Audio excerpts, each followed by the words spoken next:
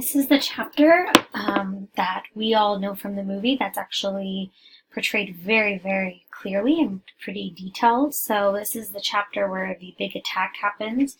So this is a little bit more background of Atticus and Aunt Alexandra. They don't go to the pageant because they are tired, kind of like what I talked about in the previous chapter. So Jem agrees to take Scout and bring her home. On the way to the pageant, somebody scares them. We're going to read a little bit of it. Or technically you are because it's pink. But I want you to read that spot and I want you to tell me who scares Scout and Jem. Alright, we'll continue on. Scout kind of embarrasses herself on stage. She doesn't come out at the right time. She, is a little disappointed in herself. So as they leave the pageant to go back home, they do hear some noise. And Jem tries to quiet her down. She listens, but then the attacker comes and attacks Jem, attacks Scout. And there's a part that we are going to read leading up to that. So we are skipping quite a bit about the pageant. You're going to read a little bit as well here in regards to that attacker getting closer, because there's some really good details that I don't want us to miss out on. Our company shuffled and dragged his feet as if wearing heavy shoes. Whoever it was wore thick cotton pants. What I thought were trees rustling was a soft swish of cotton on cotton, weak with every step. I felt the sand go cold under my feet, and I knew we were near the big oak tree.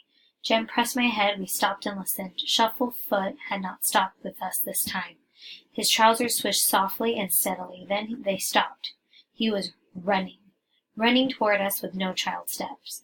"Run, Scout, run, run!" Jem screamed. I took one giant step and found myself reeling, my arms useless in the dark. I could not keep my balance. Jem, help me, Jem.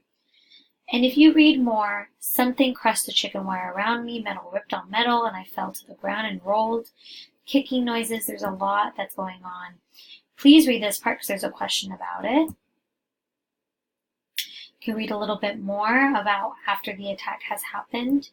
My toes touched trousers, a belt buckle, buttons, something I could not identify, a collar and a face. A prickly stubble on the face told me it was not Jem's. I smelled stale whiskey, and as we all know, Bob Yule was a drinker. You can read a little bit more of how her aunt responds and family members respond. You are going to skip quite a bit, and at the very end, read the very last line. You guys know this chapter pretty well. Obviously, it's because we watched it, but there are some good details that I would like you to read, okay? Easy peasy chapter. Obviously, I know you guys have a lot to type up or at least summarize, but this does give a really good summary of this chapter, all right? Thank you, guys. We only have 2 more to go. All right. Have a great night.